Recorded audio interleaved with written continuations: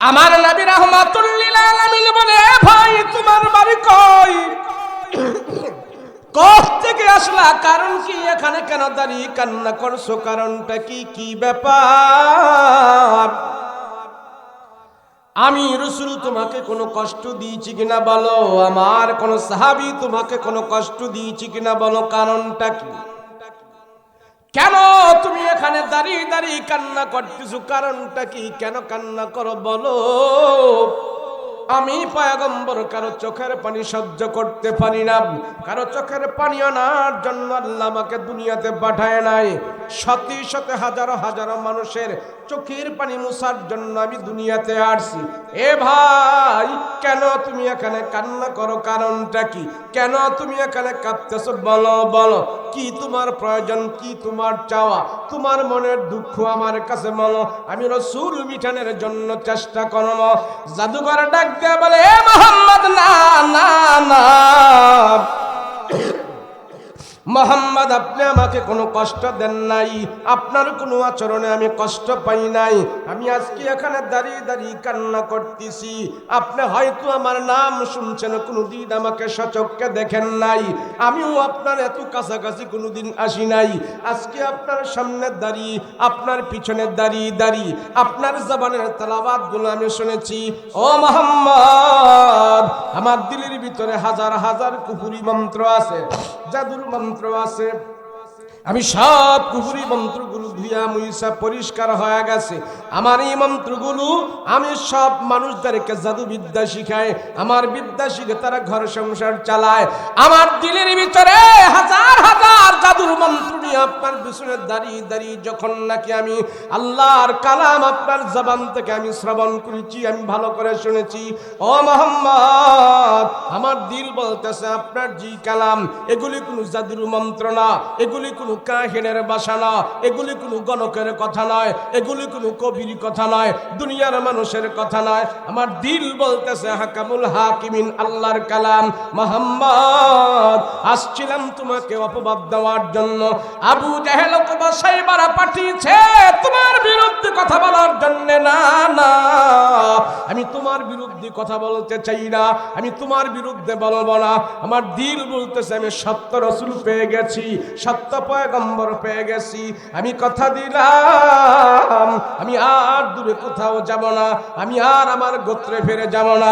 তুমি যদি অনুমতি দাও, আমার দিলের ভিতরে যত কুফরি মন্ত্র আছে সবগুলো ধুইয়া মুইসা পরিষ্কার করে ফেলবো। তা করতে হবে, না হয় আমাদের রক্ষা হবে না। আবু জাহেল কা আমার কাছে একটা দালাল আছে, ওই দালালটা আমরা ভাড়া করি। ওই দালালের নাম হাদিসে আসছে দিমাত, আর বাংলায় যাকে বলা হয় জামাত। সে বিশাল বড় এক জাদুঘর ছিল, লম্বা কালো একটা মানুষ ছিল। আবু জাহেল ওই জাদুঘরকে ভাড়া করে আনছে। বলে, এ দিমাত শোন, মক্কায় যত বহিরাগত মানুষ আছে সবার সামনে যায় তুমি বলবা মুহাম্মদ জি কুরআন তেলাওয়াত করে, এই তেলাওয়াত গুলো হলো জাদুর মন্ত্র। তুমি যদি বলো সবাই বিশ্বাস করবে তুমি বিশাল বড় এক জাদুঘর। পারবে বলতে? বলে, ইয়েস স্যার। পারবো না মানে? আপনি কইলে কি আর না পারি? আবু জাহেল তারে বলল, তোরে দিনার দিরহাম আশরাফি মুদ্রা সব দিব, তুই শুধু মুহাম্মদের বিরুদ্ধে প্রচার করবি, কোরআনের তেলাওয়াত এগুলি হলো জাদুর মন্ত্র। নাউজুবিল্লাহ। তো এই জাদুঘর হাদিয়া পাইয়া, ঘুষ পাইয়া আমার রাসূলকে খানায়ে কাবার ভিতরে গেছে জাদুঘর বলে সবার কাছে প্রচার করার জন্য। এই জাদুঘর যায় দেখতেছি আল্লাহর রাসূল হাতে কালাম নিয়ে তেলাওয়াত করতেছেন।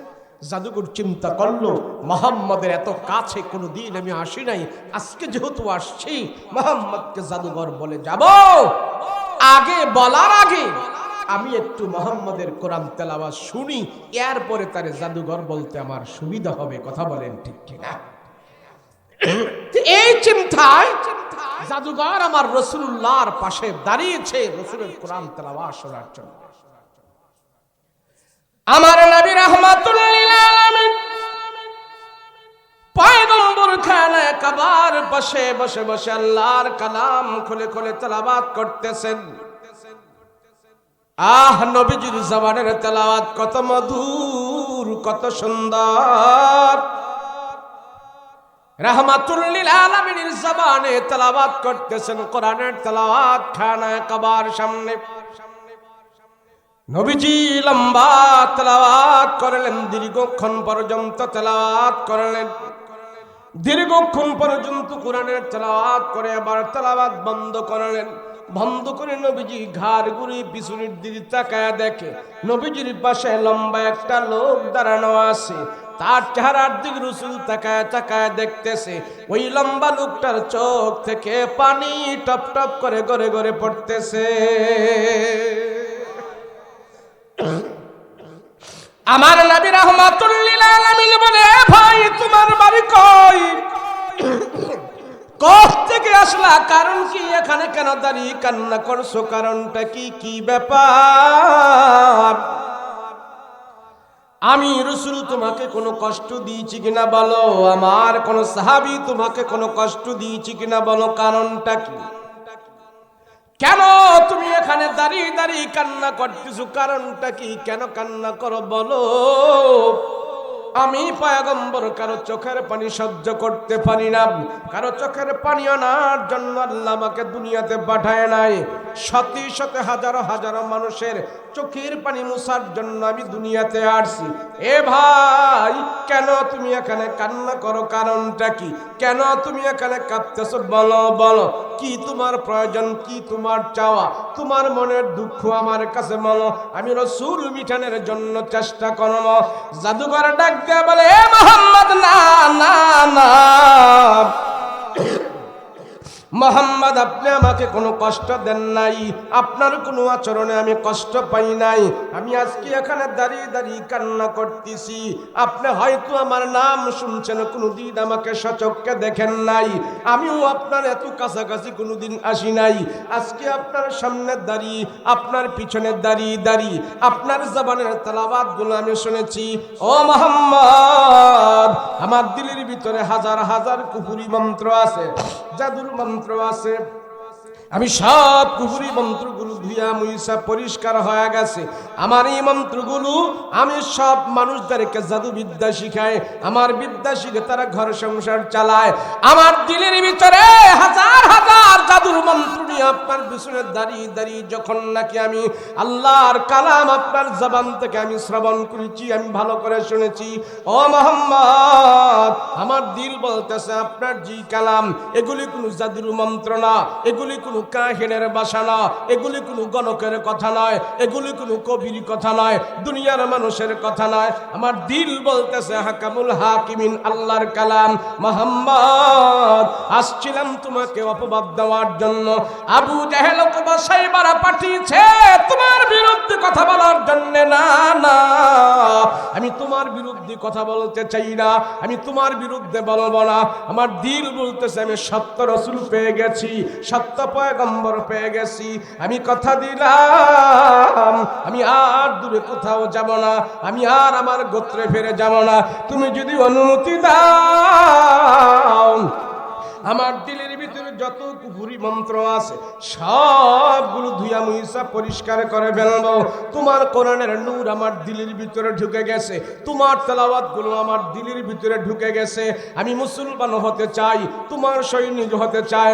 অতএব আমি জাদুঘর, আমি কথা দিলাম তোমার হাতে হাত রেখে আমি কালমা পড়ে মুসলমান হয়ে যেতে চাই। ও মুসলমান হয়ে গেছে।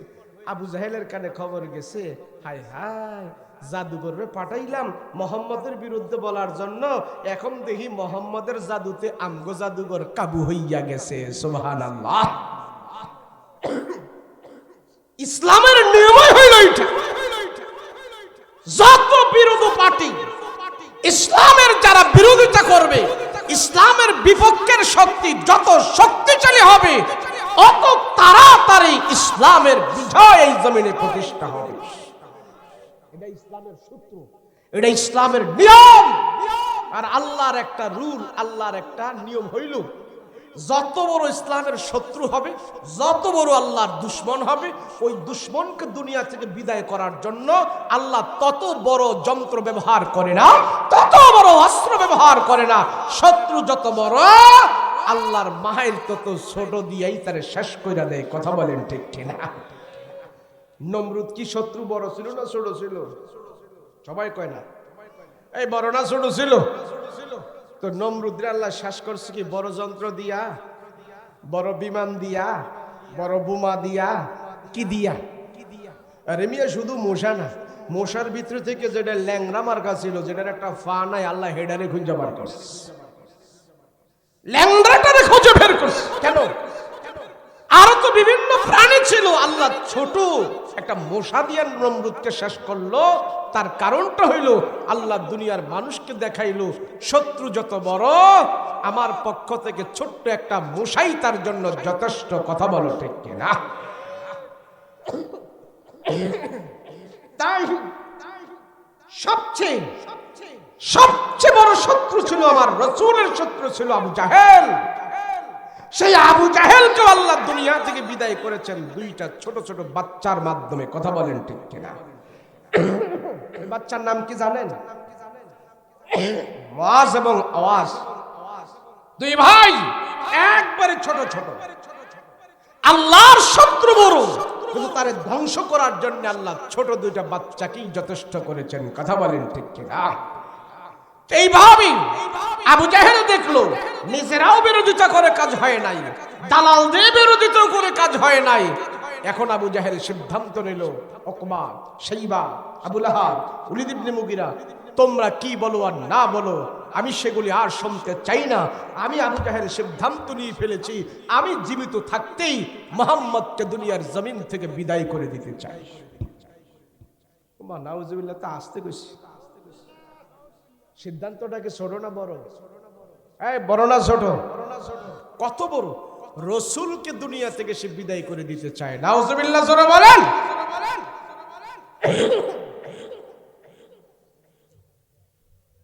উত্তরবঙ্গে আইলে শীতের জামা কাপড় আর বেশি করে লই তুই। আমরা অহনো ফ্যান ছেড়ে ঘুমাই, আর আপনাকে দেশে এত কিছু লাগাইও টিকতারি না। কয়দিন আগে গেছিলাম সে দেবীগঞ্জ, এটা কই যেন, পঞ্চগড় দেবীগঞ্জ। মানে দিনের বেলা যে কাঁপাকাঁপি শুরু করছে। আমি কে আল্লাহ কই আইলাম, এরা শীতের দিনে পুরো থাকে কেমনে? এখন যদি এমন কাঁপাকাঁপি করে তো পুরো শীতে তারা থাকে কেমনে? তা আমরা এক এক জায়গায় যাই, এক এক দেশের পানি খাই, এক এক দেশের আবহাওয়া, এক এক দেশে যাই, এক এক ধরনের খাবার, কোনো খাবারে জাল বেশি, কোনো খাবারে জাল নাই। এই বেতালের অবস্থা খাইয়া খাইয়া এখন আর অবস্থা আমগো ঠিক নাই। তো তারপরেও চলতেছি। ভালো একটা ডাক্তার যে ঢাকায় দেখাবো ওই সুযোগটাও পাইতেছি না। নিয়ত করছি দুইটা মাহফিল মিস করে হইলো, আগে জান ঠিক করতে হবে। কথা কোন ঠিক কিনা? আল্লাহ আমাদের সব বাইরে কবুল করেন, বলেন আমিন। আপনারা যদি ধৈর্য সহকারে বসেন, চা খাওয়ান লাগবে না। আপনারা যদি ধৈর্য সহকারে বসেন, সামনে আরো সুন্দর কথা আসতেছে, আরো দামি কথা আসতেছে। আর এত গভীর রাত্রে বেশি দামি কথা কইলো মজা লাগতো না। কেরে এশার নামাজের পরে মনে হয় আমার নিয়ে 60 জন ওয়াজ করছে। কয়জন? এশারের নামাজের পরে সর্বোচ্চ 2 জন ওয়াজ করলেই যথেষ্ট, 4 জন ওয়াজ হয়ে গেছে। এখন আমি যত দামি কথা কই, লম্বা কথা কই, এটার মজা লাগতো না। কে লেবু একজনের চিপ্পা এটারে খাইয়া গেছে, এখন যদি আরেকজনের চিপে এটা তিতা লাগবো, তাই না? এখন তো আপনার ঘরে ওয়াজ মাহফিল কইরা শোনাইয়া তিতা কইরা দিয়া গেছে। এর জন্য আমি বেশি সময় নিতাম না, একটু সর্বত্র লারা দিয়ে যামুগা। কথা কোন ঠিক কিনা? আবু জাহেল সর্বশেষ সিদ্ধান্ত নিয়েছে, আমি বেঁচে থাকতেই মুহাম্মাদের মৃত লাশ আমি দেখতে চাই। নাউজুবিল্লাহ। আল্লাহ কয়, আরে জাহেল, তুই যে দোয়া করছস, তুই যে নিয়ত করছস মুহাম্মাদের লাশ তুই দেখতে চাস, যা, তোর লাশ কথাটা আমি কবুল করছি, তবে নবীজির লাশ দেখবো না, দুনিয়ার মানুষ তোর লাশ দেখবে। কথা বলেন ঠিক কিনা? যেই সিদ্ধান্ত সেই কাজ। আবু জাহেল মক্কায় দাঁড়িয়ে বলল, এর সম্প্রদায়ের লোকেরা শুনুন, তোমরা যদি আমাকে নেতা মানো, আমি আমার শেষ সিদ্ধান্তের কথা তোমাদেরকে শুনিয়ে দিচ্ছি। তোমাদের ঘরে যার গরিব 3 বর্ষা বল্লভ অস্ত্র শস্ত্র যা আছে সব কিছু নিয়ে তোমরা মুহাম্মাদের বাড়ি আজ ঘেরাও করবে। আজ রাতের অন্ধকারে মুহাম্মাদের বাড়িতে আমরা অতর্কিত হামলা করব। সেই হামলায় আমরা মুহাম্মাদকে দুনিয়ার জমিন থেকে বিদায় করে দিব। আমার সর্বশেষ সিদ্ধান্ত, তোমরা এটা মানতেই হবে, মানতেই হবে। আবু জাহেল এমন এক নেতা ছিল, কোন দিক দিয়ে আল্লাহ তারে কম দেয় নাই। নাম, ডাক, হাক, বডি, দেহ, বংশ, মর্যাদা, ইজ্জত, শিক্ষা, দীক্ষা সব কিছু থেকে আবু জাহেলকে আল্লাহ পারফেক্ট একটা মানুষ বানিয়েছিলেন। এই পারফেক্ট মানুষটা, শিক্ষিত মানুষটা কোরআন থেকে দূরে থাকার কারণে আল্লাহ পাক তার নাম ঘোষণা করেছেন আবুল জাহেল, হেকাম থেকে জাহেল। কথা বলেন ঠিক কিনা? সবাই যখন অনুমতি ঘোষণা করে দিল, তো 3 বর্ষা বল্লভ নিয়ে সবাই আমার রাসূলুল্লাহর বাড়ি ঘেরাও দিলেন। লম্বা কথা আমি সংক্ষিপ্ত করে বলছি। 3 বর্ষা বল্লভ নিয়ে সবাই রাসূলুল্লাহর বাড়ি ঘেরাও দিল। রাতের অন্ধকার বাড়ছে, অস্ত্রের ঝঞ্ঝনানি বাড়ছে, সবাই ঘেরাও দিয়েছে। আল্লাহ আমার রাসূলকে জানাই দিলেন, হাবিব, ও রাসূল, আমি আপনার খবর যেমন রাখি আপনার শত্রুদেরও খবর আমি তেমন রাখি। নবী গো, আপনি ঘরের দরজা খুলে দেখেন না, বাহিরের অবস্থা তো ভালো না। তো রাসূল ঘরের দরজা খুলছেন। সেদিন আলী রাদিয়াল্লাহু আনহু, নবীজির চাচাতো ভাই, এবং রাসূল দুইজনে ঘরের ভিতরে দিনের ব্যাপারে পরামর্শ করছে। রাসূল ঘরের দরজা খুলে দেখে, হায় হায় সর্বনাশ, আল্লাহ, ও তো আমার বংশের লোকেরা, আমার গোষ্ঠীর লোকেরা, আমার রক্তের মানুষগুলো, আমার বন্ধু বান্ধব, দিনের বেলা যারা আমাকে সালাম দিয়েছে, যারা আমার সাথে ভালো ব্যবহার করেছে, তারাই যে আজকে আমার বিরুদ্ধে যে অস্ত্র শস্ত্র নিয়ে ঘরের চতুর্পার্শ্বে দাঁড়িয়ে আছে, মনে হয় তারা আজকে আমাকে রাখবে না, আমাকে জীবন্ত মেরে ফেলবে। আল্লাহ, আমি করবটা কি? আল্লাহকে, নবীজি আপনি ভয় পায়েন না, যা করার সব ব্যবস্থা আমি আল্লাহ নিজেই গ্রহণ করে নিয়েছি। আল্লাহ যদি পক্ষে থাকে, পৃথিবীর কেউ আমাকে আপনাকে দাবি রাখতে পারবে না। কথা বলেন ঠিক ঠিক? আল্লাহ, আমি এখন কি করবো? আপনার কিছু করা লাগবে না, আপনি একটু হরকত করবেন। সুবহানাল্লাহ বলেন। হরকত কি বুঝেননি? হরকত বুঝেন না?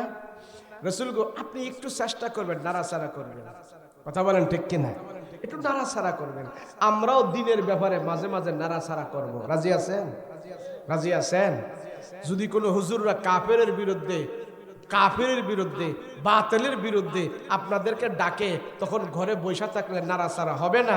হুজুরদের সাথে যদি, আলেম ওলামাদের সাথে যদি বাতিলের বিরুদ্ধে আপনি একাত্মতা পোষণ করেন, স্লোগান দেন, হুঙ্কার দেন, সেটাই হবে নাড়াচাড়া। কথা বলেন ঠিক কিনা? আল্লাহর নবী রাহমাতুল লিল আলামিন বলেন, আয় আল্লাহ, আমার বংশের লোকেরা তারা যেভাবে আমার ঘরের চতুর্দিকে অস্ত্র শস্ত্র নিয়ে দাঁড়িয়ে আছে, আল্লাহ মনে হয় তারা আমাকে জানে মেরে ফেলবে, আমাকে দুনিয়াতে থাকতে দিবে না। আমি কি করব? আল্লাহ বলেন, হাবিব আমার, আর আপনি ঘরের ভিতরে থাকার কোনো সুযোগ নাই। ঘর থেকে আপনি বের হন, বের হয় আপনার মাতৃভূমি ত্যাগ করে আপনি মদিনার দিকে পাড়ি জমান। আগেরই ঘোষণা, আপনি মদিনার দিকে পাড়ি জমাইতে হবে।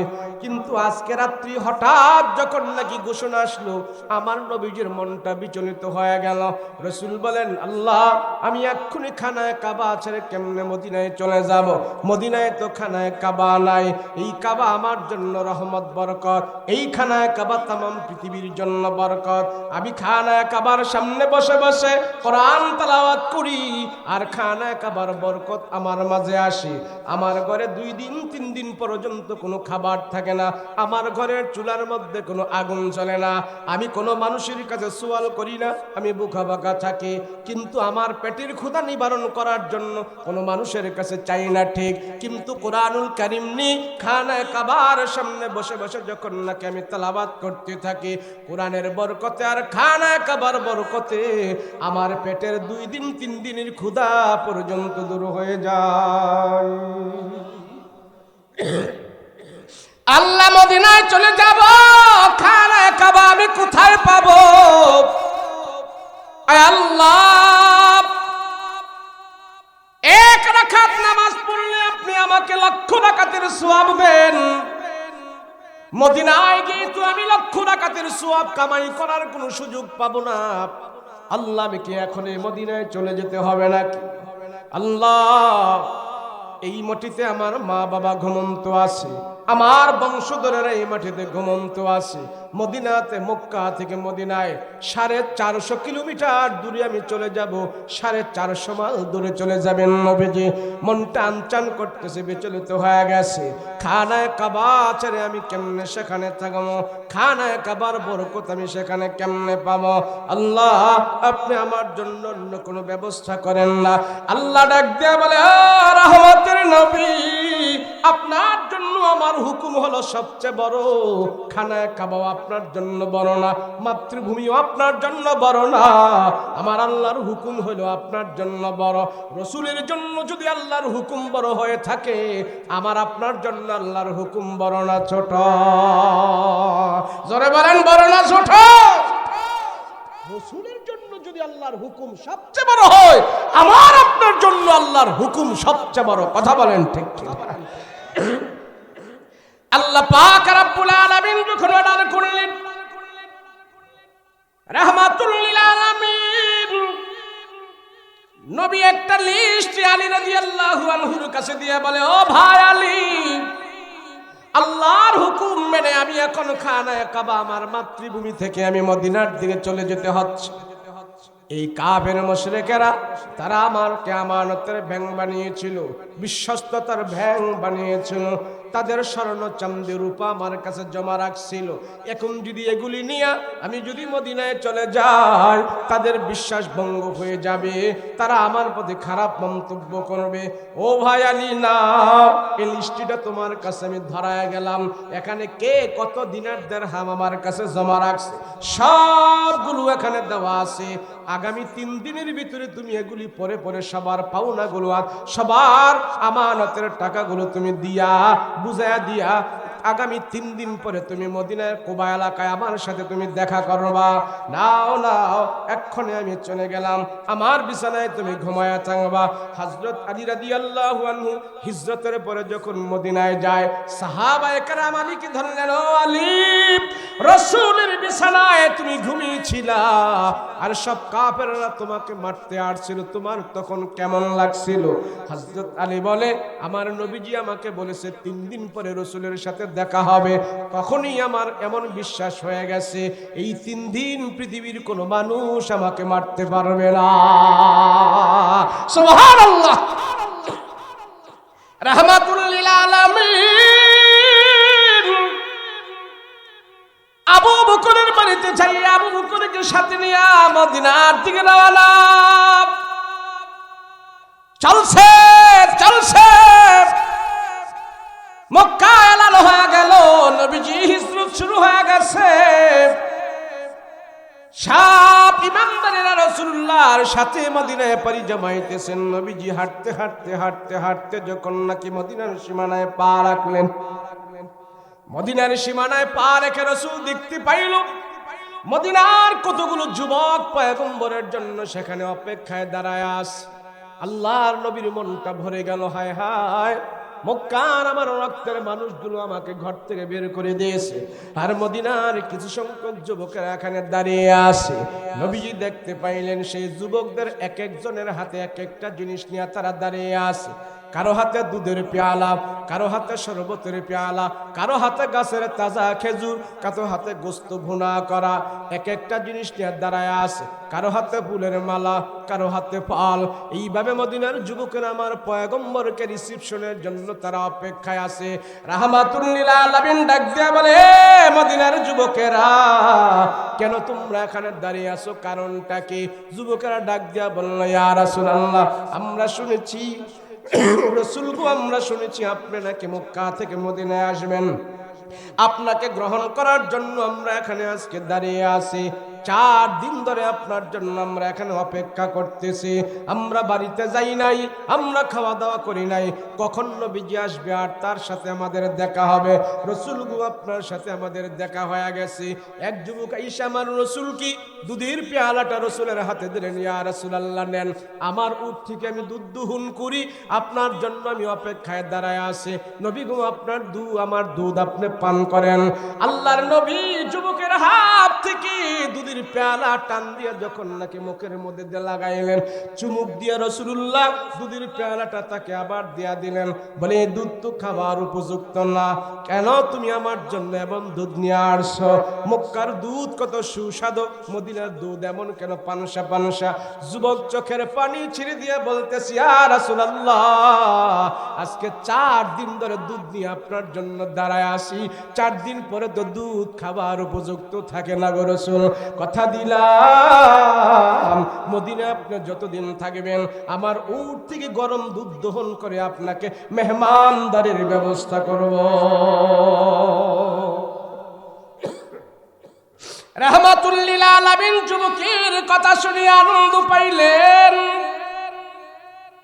আল্লাহর নবী চিন্তা ভাবনায় পড়ে গেল, আল্লাহ মক্কার আমার বংশের লোকেরা, আমার বন্ধু বান্ধবেরা আমাকে ঘাট ছাড়া করে দিয়েছে, আর মদিনার যুবকেরা আমাকে বুকে ধারণ করেছে। আল্লাহ কি দিয়া তাদেরকে আমি সান্ত্বনা দেব? আরেক যুবক এসে ধরলেন, ইয়া রাসূলুল্লাহ ইয়া হাবিবাল্লাহ, রাসূল গো আজকে আপনি আমাদের বাড়ির পহেলা মেহমান হবেন। আমার বাবা প্যারালাইসিসের রোগী, আমার বাবা ঘরের ভিতরে গোস্ত পাক করে আপনার জন্য বসে আছে। বাবা আসতে পারে না আপনাকে নেওয়ার জন্য, বাবা আমাকে পাঠিয়েছে আপনাকে নেওয়ার জন্য। আমার বাবা আমাকে বলেছে আজকে আপনি আমাদের বাড়ির পহেলা মেহমান হবেন, আপনি না যাও পর্যন্ত আমার বাবা খাবারের মধ্যে হাত লাগাবে না। রাসূল অতএব আপনি আমাদের বাড়ির আজকে পহেলা মেহমান হবেন। আরেক যুবক বসে বলে, ইয়া রাসূলুল্লাহ আমার মা ঘরের ভিতরে সুন্দর একটা চাদর আপনার জন্য বিছায়া রাখছে, রাসূল গো আপনি আজকে আমাদের বাড়ির পহেলা মেহমান হবেন। নবীজি চিন্তায় পড়ে গেল। এক সাহাবী এক সাহাবী পহেলা মেহমান বানানোর জন্য তারা পাগল হয়ে গেছে। রাসূল বলে আমি কার বাড়িতে যাব? আমি রাসূল যদি ইচ্ছা করে তার বাড়ির মেহমান হই, এই সাহাবী অসন্তুষ্ট হতে পারে, এই সাহাবীর মনে কষ্ট যেতে পারে। সবাই আমাকে পহেলা মেহমান বানাইতে চায়, সবাই আমার বরকত আজকে পহেলা নিতে চায়। রাসূল মদিনাবাসীদের যুবকদেরকে ঘোষণা করলো, আমি একা একা আজকে কারো বাড়ির মেহমান ইচ্ছা করে হব না। আমি আজকে সুন্দর একটা বুদ্ধি তোমাদেরকে বলে দিতে চাই। আমি যে উট দিয়া মক্কা থেকে মদিনায় আসছি, উটির উপরে আমি বসা থাকবো, উটটা চলতে চলতে যায় মদিনায় যার বাড়িতে যায় বসবে, যার দরজার সামনে যায় উটটা বসে যাবে, আমি রাসূল তার বাড়ির মেহমান হয়ে যাব। আল্লাহু আকবার। আমার রাসূলের কত সুন্দর সিদ্ধান্ত, আমার রাসূলুল্লাহর কত সুন্দর বুদ্ধি, সবাইকে একসাথে রাখার সর্বদা রাসূলুল্লাহ চেষ্টা করেছেন। কথা বলেন ঠিক কিনা?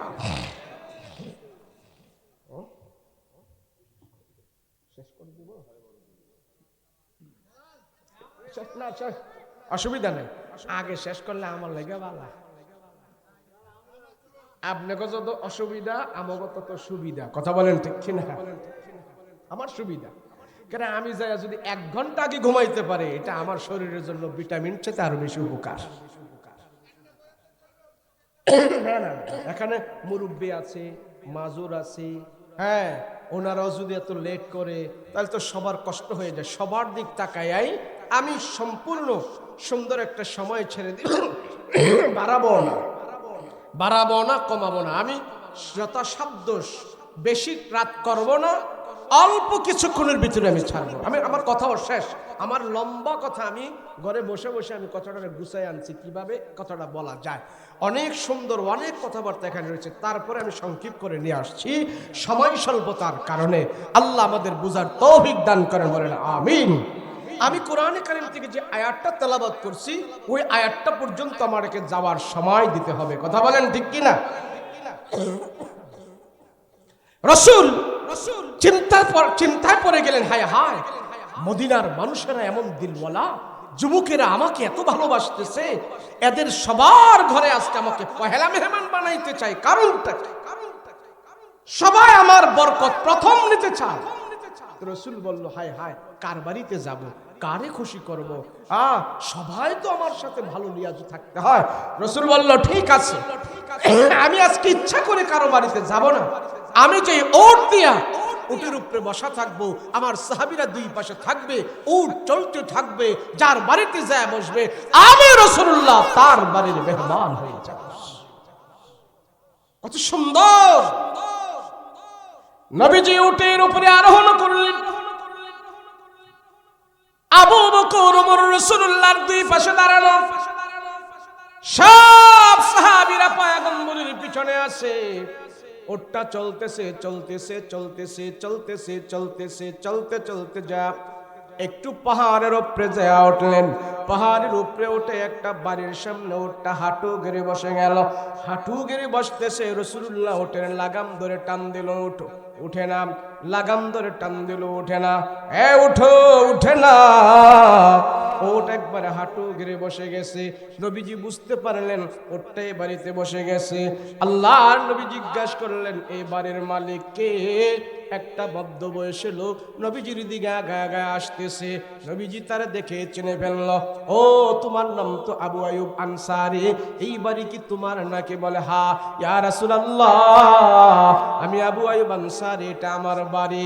আল্লাহর রাসূল বলে, তোমার বাড়ির সামনে আমার ওটটা হাঁটু গেড়ে বসে গেছে, আমি তোমার বাড়ির মেহমান হয়ে গেছে, বিনা দাওয়াতে তোমার বাড়ির মেহমান। তুমি কি খুশি না বেজার? আবু আইয়ুব আনসারী বলে, ইয়া রাসূলুল্লাহ, এই মুহূর্তে আমি এমন খুশি, तमाम পৃথিবীর মানুষ যদি আমাকে দুনিয়াটা বিক্রি করে দিয়ে আমাকে মালিক বানায় দেয়, আমি এই পরিমাণ খুশি হব না যেই পরিমাণ আমার রাসূলুল্লাহ আমার বাড়ির মেহমান হওয়ার কথাটা শুনে আমি আবু আইয়ুব আনসারী খুশি হয়ে গেছি।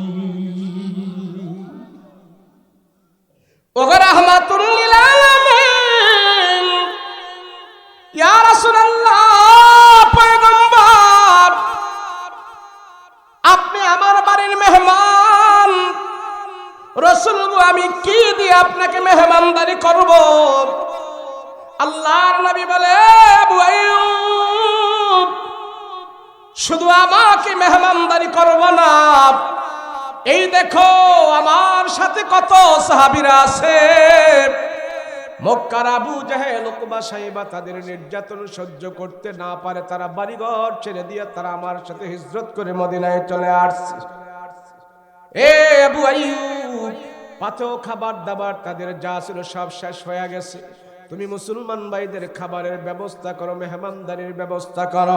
আবু আইয়ুব আনসারী রাসূলুল্লাহ বলার সাথে সাথে ওট বকরি জবাই করা শুরু করলো, রুটি বানানো শুরু করলো, গোস্ত পাক করা শুরু করলো। দাও দাও করে আগুন জ্বলতেছে, চুলায় আগুন জ্বলতেছে, ধোঁয়া উঠতেছে।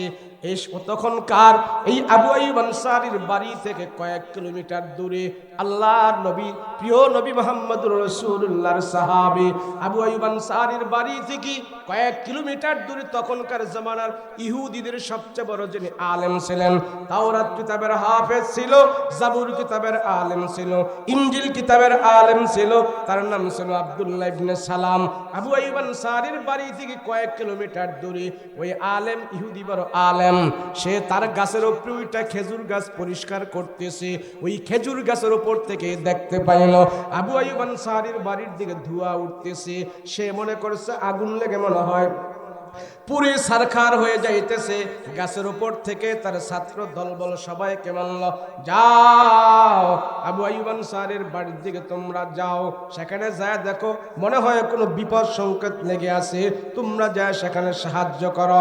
ছাত্ররা দৌড়ায়া দাল ভাল সব আবু আইয়ুব আনসারীর বাড়িতে এসে দেখে না এখানে কোনো বিপদ সংকেত না, সবার মুখে হাসি আর খুশি, সবাই আনন্দ করতেছে, দাউ দাউ করে চুলায় আগুন জ্বলতেছে, সবাই খুশি হইতেছে। জিজ্ঞেস করলো, কি ব্যাপার, এখানে তোমরা আনন্দ করতেছো, কারণটা কি? তারা বলল, তুমি কি জানো না? তোমরা কি জানো না? বলে, কি হয়েছে?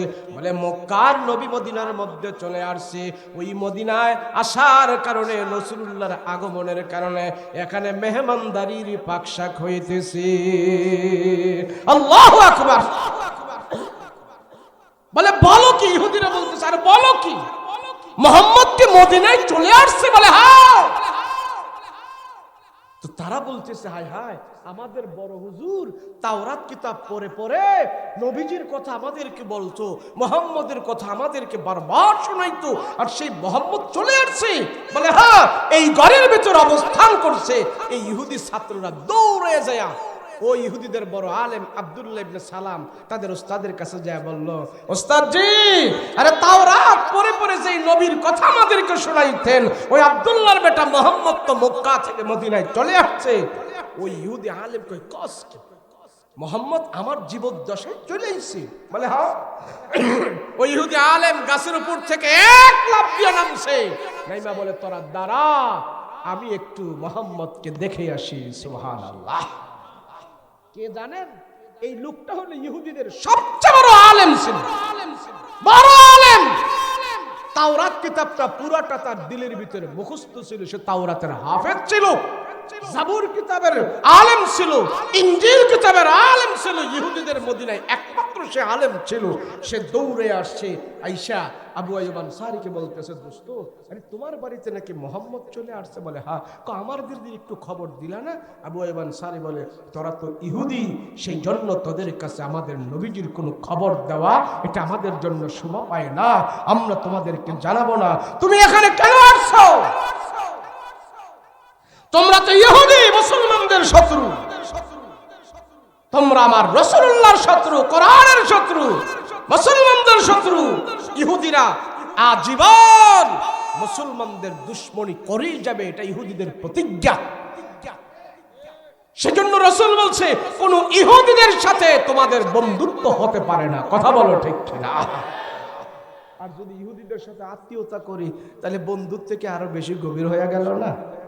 কথা বলেন ঠিক কিনা? বলছে না, তোমাদেরকে কেন জানাবো?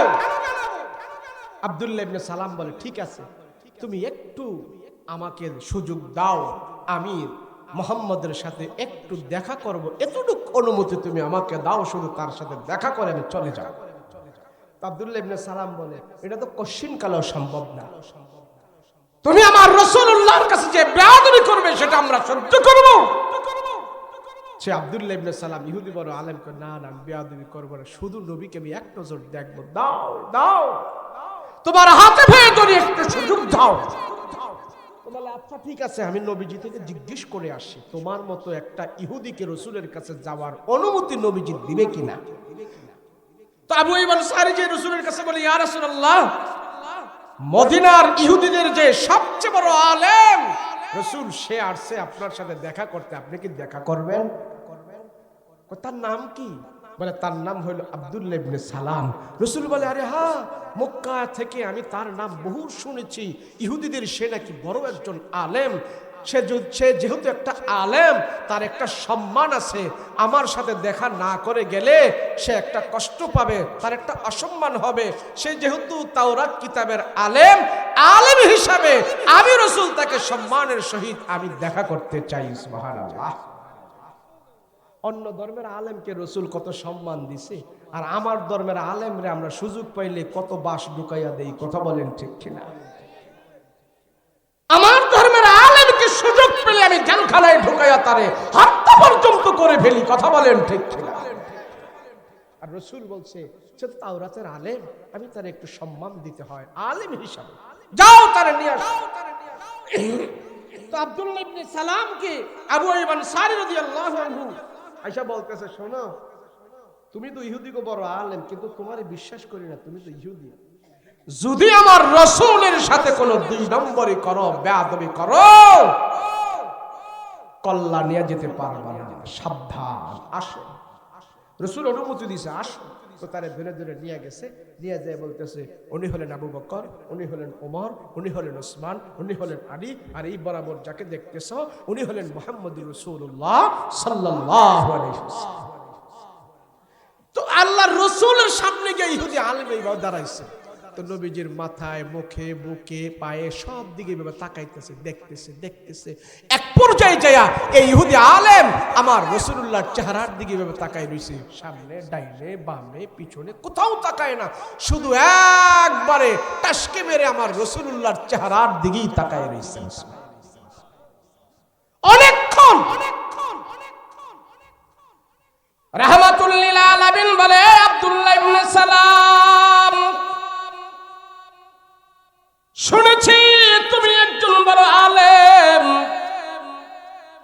কিন্তু তুমি অনেকক্ষণ পর্যন্ত আমার চেহারার দিকে তাকায় রইলা, ডাইনে বামে সামনে পিছনে কোথাও তাকাও না, শুধু চেহারায় তাকায় রইলা, কারণটা কি বলো? কেন তুমি আমার চেহারার দিকে তাকায় রইছো, কোথাও তাকাও না, শুধু তাকায় রইছো, কারণ কি বলো? কোনো কিছু বলতেছো না, শুধু তাকায় রইলা, কি ব্যাপার, কারণ কি বলো, কারণ কি তাকায় রইলা? আল্লাহ রাসূল কিছুক্ষণ পরে দেখতেছে ইহুদি বড় আলেমের চোখ দিয়ে পানি টপ টপ করে পড়তেছে। নবী জিজ্ঞেস করে, আব্দুল্লাহ ইবনে সালাম, কেন তুমি কান্না করো, কারণটা কি? তোমার চোখে পানি কারণটা কি? আব্দুল্লাহ ইবনে সালাম বলে, ওগো নবীজি, আমার বুকের ভিতরে 3টা কিতাব আছে, একটা কিতাবের হাফেজ হইলাম আমি, তাওরাত কিতাবের হাফেজ হইলাম আমি, পুরাটা তাওরাত কিতাব আমার দিলের ভিতরে আছে, জাবুর কিতাব আমি জানি, ইনজিল কিতাব আমি জানি, ওই কিতাবের আলেম, তাওরাত কিতাবের হাফেজ, 3টা কিতাব আমার বুকে নিয়া রাসূল গো আপনার সামনে আমি দাঁড়ায় আছি। আমি কোনো খারাপ মন্তব্য করি নাই, আমি আপনার প্রতি কোনো দোষারোপ করি নাই, শুধু আপনার চেহারার দিকে তাকায় তাকায়া আর আমার তাওরাত কিতাবের সাথে মিলায়া আমি যুক্তির কষ্টি পাথর দিয়া যাচাই করে দেখলাম, তাওরাত কিতাবের ভিতরে আপনার বর্ণনা সেখানে আছে, আখির জামানার নবীর নামটা কি হবে, তাওরাত কিতাবের ভিতরে আমি পড়েছি, আখির জামানার নবীর নাম হবে মুহাম্মদ, আমিও সেটা তাওরাত কিতাবে পড়েছি, আখির জামানার নবীর কপালটা কেমন হবে সেটাও তাওরাত কিতাবের ভিতরে দেওয়া আছে, আখির জামানার নবী কোন বংশের হবে সেটাও তাওরাত কিতাবের ভিতরে আছে, মুহাম্মদের নাকটা কেমন হবে, মুহাম্মদের বুরুগুলো কেমন হবে, চুলগুলো কেমন হবে, চোখগুলো কেমন হবে, দাঁতগুলো কেমন হবে, সব বর্ণনা পাই টু পাই আমি তাওরাত কিতাবের ভিতরে পড়েছি, পরে পরে আমি মুখস্থ করেছি। আজকে আপনাকে সামনে পাইলাম, আপনার চেহারার দিকে তাকায় তাকায়া আর তাওরাত কিতাবের সাথে মিলায়া যুক্তির কষ্টি পাথর দিয়ে আমি যাচাই করে দেখলাম গো রাসূল, তাওরাত কিতাবের ভিতরে আমি যা যা পড়েছি আপনার চেহারার ভিতরে আমি আজকে বাস্তবে সবগুলো পেয়ে গিয়েছি। ইয়া রাসূলুল্লাহ, আমি কথা দিলাম, ও রহমতের নবী, তাওরাত কিতাব বুকে নিয়ে আমি কথা দিয়েছি, আমি আমার জীবনে সবচেয়ে বড় ধন্য এবং সফল হয়ে গেছি, আমার জীবন দশায় আমি মুহাম্মদকে আমার সামনে পেয়েছি, আমি আর আমার গোত্রে যাব না, আমি কথা দিলাম আমার দলবল ভক্তবৃন্দ যারা আছে সবাইকে নিয়ে আপনার হাতে হাতে রেখে আমি আব্দুল্লাহ ইবনে সালাম মুসলমান হয়ে যেতে চাই। রাসূলকে ভালোই তো হয়েছে, মদিনায় ইসলামের কাজটা করতে আমার সুবিধা হবে, কথা বলেন ঠিক কিনা? আল্লাহু আকবার। যেমন আমগো হুজুর হিজরত করে আপনাকে এখানে আইছে, কথা কোন ঠিক না? হুজুরের নামটা কি আমি এটাও জানি না, রুহুল আমিন সাহেব হিজরত করে আইছে না? হিজরত করে আসার পরে আপনারা যদি এক একজনে হুজুরকে অ্যাকসেপ্ট না করতেন, ভালো না বাসতেন, সঙ্গ না দিতেন, এখানে কি প্রতিষ্ঠান হইতো? এই কথা বলেন না, হইতো? তো রাসূল মদিনায় যাওয়ার পর যেই সমস্ত মানুষেরা রাসূলুল্লাহকে ভালোবাসছে, রাসূলুল্লাহকে মহব্বত করেছে, দান করেছে, টাকা দিয়েছে, সময় দিয়েছে, শ্রম দিয়েছে, আজকে সেই মদিনাকে আল্লাহ সোনার মদিনায় পরিণত করে দিয়েছে, কথা বলেন ঠিক কিনা? আপনারাও সায় দিচ্ছেন, সঙ্গ দিচ্ছেন, এখানে একটা বাগান ফুটে উঠেছে, কথা বলেন ঠিক কিনা? হুজুর কি আজীবন থাকবে? কিন্তু আপনাদের মাদ্রাসা তো ঠিকই থাকবে, কথা বলেন ঠিক কিনা? এখান থেকে যত কোরআনের তেলাওয়াত হবে, হাদিসের দার্স হবে, সবগুলো আল্লাহ পাক আপনাদের কবরে এবং হুজুরের কবরে পৌঁছাই দিবে, কথা বলেন ঠিক কিনা? শেষ। এবার আব্দুল্লাহ ইবনে সালাম করে, রাসূল আমি আমার ইহুদি ধর্মের আলেম, তো তাদেরকে আমি আপনার কাছে নিয়ে আসব। তো ইহুদি তো তাদেরকে শোনায় শোনায় আপনার আমি কিছু প্রশ্ন করব, জানি আপনি উত্তর দিয়া দিতে পারবেন। ওদেরকে শোনায় যদি আপনি উত্তর দিয়া দিতে পারেন তাইলে আমার কালেমা পড়তে সহজ হয়ে যাবে। সুবহানাল্লাহ। তো রাসূলকে কইরো তোমার যত প্রশ্ন আছে তুমি কইরো, ইনশাআল্লাহ আমি উত্তর দিয়ে দিব। তো তে যায়া এই আব্দুল্লাহ ইবনে সালাম ইহুদি সে যায়া তার দলবল ভক্তবৃন্দ সবাইরে নিয়ে আসছে, নিয়ে আইসা তাদের সামনে রাসূলকে প্রশ্ন করছে, নবী গো আমরা যে জান্নাতে যাব কালমা পড়লে মুসলমান হব, আমার এক নাম্বার প্রশ্ন হইল জান্নাতের ভিতরে যাওয়ার পর আল্লাহ কোন জিনিস দিয়ে আমাদেরকে সর্বপ্রথম আমাদেরকে খাবার খাওয়াবে, জান্নাতের ভিতরে আমাদেরকে মেহমানদারি করবে, ওই খাবারের নামটা রাসূল আপনার জবান থেকে আমি শুনতে চাই। মুসলমান হইব তো মুসলমান হইলে বেহেশতে যাইব, তো বেহেশতে গেলে কি খাওয়া লাগবে না? তো কোন জিনিস দিয়ে আমাদেরকে আল্লাহ খানা খাওয়াইবে সর্বপ্রথম, ওই খাবারের নাম জানতে চাই। রাসূল বলে আরে এটা তো তাওরাত কিতাবে আছে। কয় না আপনার জবান থেকে শুনতে চাই। তো রাসূল বলে যারা জান্নাতের ভিতরে যাবে সমস্ত জান্নাতীদেরকে আল্লাহ পাক সর্বপ্রথম বড় মাছ, বোয়াল মাছ, মাছের কলিজা ভুনা কইরা জান্নাতীদের সামনে রাখবে। সব জান্নাতীদেরকে মাছের কলিজা ভুনা কইরা আল্লাহ সর্বপ্রথম নাস্তার ব্যবস্থা করবে। তো সেই ইহুদি আলেম বলতেছে সাদাক্তা ইয়া রাসূলুল্লাহ, আপনি সত্য বলেছেন, হুবহুব এই কথাটাই তাওরাতের ভিতরে দেওয়া আছে। সুবহানাল্লাহ। তাই আরো বুখারী শরীফে প্রশ্নগুলো আসছে। আমি যে প্রশ্নগুলো তিনটা প্রশ্ন বুখারী শরীফে সুন্দর করে দেওয়া আছে, কিন্তু সবগুলো বলবো না আজকে, শুধু একটাই বললাম। তো সবগুলো উত্তর যখন রাসূল দিয়ে দিছে, আব্দুল্লাহ ইবনে সালাম ওই ছাত্র দল বলবে এই আমি ইহুদি ধর্ম চাই, আমি কিন্তু মুসলমান হয়ে যাইতেছি। সুবহানাল্লাহ বলেন না? তাই হাত দিছে, রাসূল কলমা পড়েছে, তার সাথে সাথে আরো কিছু হাত দিছে, সবগুলো ইহুদি মুসলমান হয় নাই। তো রাসূলের হাতে যখন কলমা পড়ে মুসলমান হইল, তখন আব্দুল্লাহ ইবনে সালাম একটা আরজ রাখলেন। এই ওয়াজটার মূল পয়েন্ট হলো এখানে, এটা বলে আমি শেষ করছি। আব্দুল্লাহ ইবনে সালাম বলে রাসূল মুসলমান তো হইলাম, এখনো আমার বাড়িঘর সব ইহুদিদের বস্তিতে, ইহুদিদের গ্রামে, আমি মুসলমান হয়ে ইহুদিদের বাড়িতে থাকতে হবে, ওদের গ্রামে আমার বসবাস। আবার মুসলমান হয়েছি, আপনাদের এখানেও থাকতে হবে, আসা যাওয়া করতে হবে। তবে আপনি যদি আমাকে কিছু রুখসত দেন, রুখসত মানে বুঝেননি, একটু কারসিট করার সুযোগ দেন, তাইলে আমি ইহুদিদের সাথেও তাল মিলিয়ে চলতে পারবো, আবার মুসলমান তো হয়ে গেছি, মুসলমানদের সাথেও আমি মিলিয়ে চলতে পারবো। দুই দলের মিলাইয়া সমন্বয় করে চলতে আমার সুবিধা হবে, আপনি যদি আমার একটু ছাড় দেন। রাসূল বলে কি, সেটা কি হতে পারে? আমি ইহুদি থাকতে ওটের দুধ খাইতাম, ওটের গোস্ত খাইতাম না, আর এখনো আমি আপনার থেকে মুসলমান হওয়ার পরে অনুমতি চাই, ওটের গোস্ত খাবো না, ওটের দুধ খাবো। তাহলে ইহুদিরা বুঝবে আমি এখনো তাদের সাথে আছি, আমার চলতে একটু সুবিধা হবে। কথা বলেন ঠিক কিনা? এই দুই কলমার মুসলমান সমাজের মধ্যে বেশি, কথা কোন ঠিক কিনা? কথা কয় না? দুই কলমা হিন্দুদের পূজায়ও যায়, আবার শুক্রবারের মসজিদে পহেলা কাতারে থাইকা জুমার নামাজের মুসল্লি হইয়া মসজিদের সভাপতি হতে চায়। আছে না নাই? মসজিদেও যায়, মন্দিরেও যায়, সুদও খায়, ঘুষও খায়, হজও করে, আবার ইমানদারও সাজতে চায়। আছে না নাই? মাদ্রাসারও সভাপতি, বাউল গানেরও সভাপতি, ওয়াজেরও সভাপতি, মানে সব তালে আছে। উনি একটা গুলালু। কথা কোন ঠিক কিনা? গুলালু বুঝতে ফেলছে, এটা কুমিল্লার ভাষা, জানি না দিকে কি কয়। এই গুলালু মার্কা হলে চলবে না। আব্দুল্লাহ ইবনে সালাম বলে রাসূল আপনি আমার একটু অনুমতি দিলে আমি ইহুদিদেরও সমন্বয় করব, তাদেরও খুশি রাখবো, মুসলমান তো হয়েই গেছি।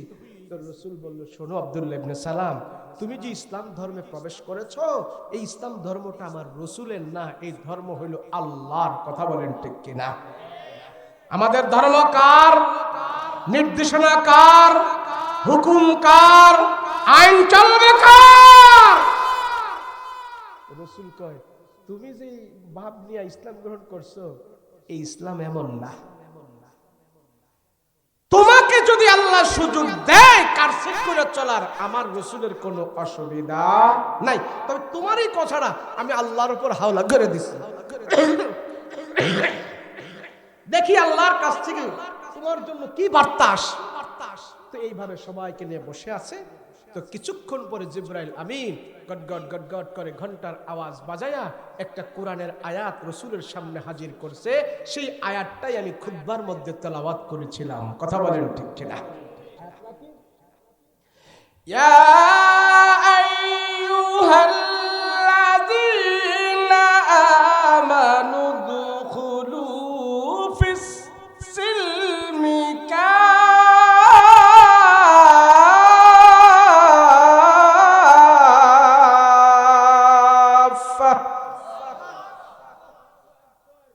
ولا تتبعوا خطوات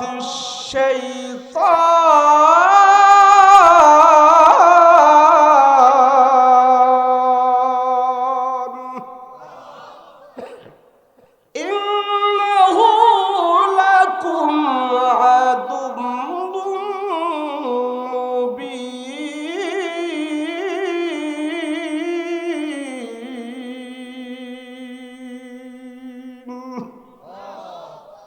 আল্লাহ এই আয়াত নাযিল করে দিয়েছে তার মতের উপরে। আল্লাহ বলছে রাসূল গো তারে বইলা দেন, যদি সে ইসলামের ভিতরে ঢুকতে চায় পুরাপুরি ভাবে ইসলামে ঢুকতে হবে। অর্ধেক অর্ধেক ঢুকার দ্বারা আল্লাহ জাহান্নাম থেকে বাঁচতে পারবে না। কথা বলেন ঠিক কি?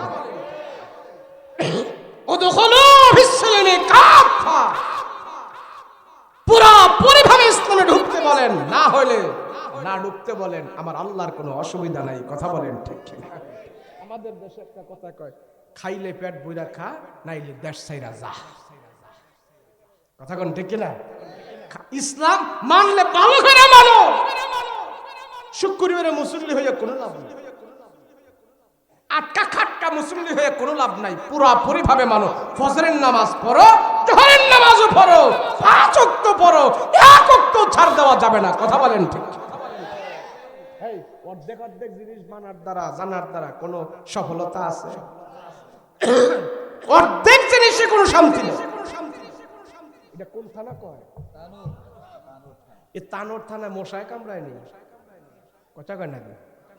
মশা নাই না? আছে কম। কেন আমি মসজিদে বসছিলাম তো একটা মশাও লাগে নাই, খুব ভালো লাগছে। তানোর থানায় মশায় কামড়াইলে আপনারা কি করেন?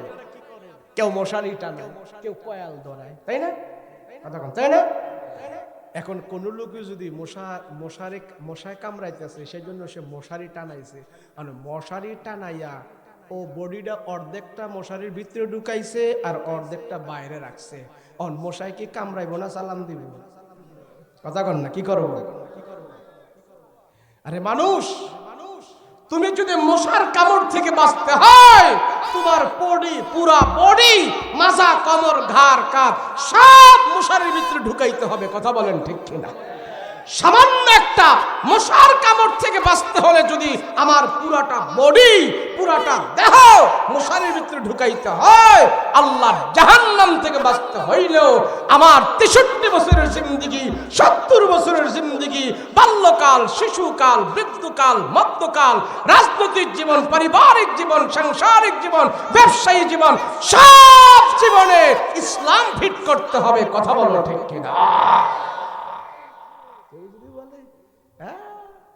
হুজুর আপনারা মাদ্রাসা নিয়ে থাকেন, আপনারা মসজিদ নিয়ে থাকেন, আমরা নেতাগিরি করবো, আমরা দেশ চালাম, ওইখানে এসে বাধা দিয়েন না, আপনারা থাকেন। এটা হইল 1 নম্বরের শয়তান। সব জায়গায় ইসলাম ফিট করতে হবে, সব জায়গায় আল্লাহর আইন ফিট করতে হবে। এটাই হলো মুমিনের দাবি। কথা বলো ঠিক কিনা? আর আব্দুল্লাহ ইবনে সালাম যখন এই আয়াত নাজিল হয়েছে একবারে চুপ হয়ে গেছে। কোরআনের আয়াতের উপরে আর কথা বলা যাবে না। কথা বলেন ঠিক কিনা? আমরাও কি ইসলাম পুরাপুরি মানবো ইনশাআল্লাহ? মানবো তো ইনশাআল্লাহ। আমাদের মা বোনদেরকে আমরা পর্দা করবো, রাজি আছিনি? রাজি আছিনি? ঘরে বাহিরে মা বোনদেরকে আমরা ইসলাম শিখাবো, রাজি আছে? আজকে সময় স্বল্পতার কারণে মা বোনদের ওয়াজ করতে পারলাম না। আর দরকার নাই। আপনাদের মা বোনের এখানে অনেক মা বোন নাকি আসছে, হ্যাঁ, তবে এখানে আইসা আমার একটু ভালো লাগছে কি জানেন, এত মহিলা যে এখানে আছে আমরা বুঝতেই পারি নাই। তাই আমি বুঝলাম নম্র ভদ্র, এদের এত ওয়াজের দরকার নাই। কথা বলেন ঠিক কিনা? আর অন্য অন্য এলাকায় গেলে ও মা, মহিলাদের কেসের কেসের ব্যাগের ব্যাগের জ্বালায় বক্তা ওয়াজই করতে পারে না। আর এখানে যত মহিলা আছে আমরা তো বুঝতেই পারি না। আলহামদুলিল্লাহ, তারা নম্র ভদ্র। কথা বলেন ঠিক কিনা? তারা পর্দা করে চলবে, তারা স্বামীর কথা মেনে চলবে, তারা 5 ওয়াক্ত নামাজ পড়বে, আমানতের খেয়ানত করবে না, শাশুর শাশুড়ি বউ শাশুড়ি মিল মহব্বতে চলবে। আল্লাহ সবাই কবুল করেন, এই মাদ্রাসা কবুল করেন, এই মার্কাজ কবুল করেন। এখানে যারা দান করছে, টাকা দিয়ে, শ্রম দিয়ে, বুদ্ধি দিয়ে, সময় দিয়ে, পরামর্শ দিয়ে, যারা এই মাদ্রাসার জন্য জায়গা জমি দিয়েছে, এদের ভিতর থেকে যারা অন্ধকার খবরে চলে গেছে, আজকের এই মাহফিলের হাদিয়া তাদের কবর নাজাতের বাণী হিসাবে যেন আল্লাহ পৌঁছাই দেয়। বলেন আল্লাহুম্মা আমিন। আমরা এখন দোয়া করব, হাত উঠে আল্লাহর দরবারে দোয়া করব। এই গভীর রজনীতে দোয়া করলে আল্লাহ দোয়া কবুল করবে কিনা বলেন? দেখবেন এখন কিছু ফেরেশতা আছে উঠে যাবে না। এতক্ষণ মানুষ ছিল, এখন তারা ফেরেশতা হয়ে চলে যাইতেছে। কেন? মানুষ হইলে তার গুনাহ আছে, আর গুনাহগারের আল্লাহর দরবারে দোয়া করার সুযোগ আছে। কথা বলেন ঠিক কিনা? আর ফিরিস্তা যারা আছে হ্যাঁ গুনাহ টোনা নাই, হেরা গেলে গাও চলে। আপনারা ফিরিস্তা না মানুষ, তাহলে দোয়া করার দরকার আছে না? না নাই? দোয়া করেন। আমি মুসাফির। কি মুসাফির? আমি কি শুধু মুসাফির না, ডাবল মুসাফির, 3 ডবল মুসাফির, 3 সাইড ডবল মুসাফির হলো। হিসাব করছিলাম কয় কিলো যেন আসছে, প্রায় 250 কিলোর উপরে। তাহলে কয়বার মুসাফির হয়েছি খবর আছে? হ্যাঁ, তাহলে আমার দোয়া কবুল হইব না? রসুল বলছে মুসাফিরের দোয়া আল্লাহ ফেরত দেয় না, কবুল করে। কিন্তু ফলাফল আল্লাহ কখন দিব সেটা আল্লাহ ভালো জানে। কিন্তু দোয়া কি হবে? বলেন না কি হবে? কবুল হবে। আজকে আমরা দোয়া করব, এই গভীর রজনীতে যেন আল্লাহ আমাদের দোয়া কবুল করে। বলেন আল্লাহুম্মা আমিন।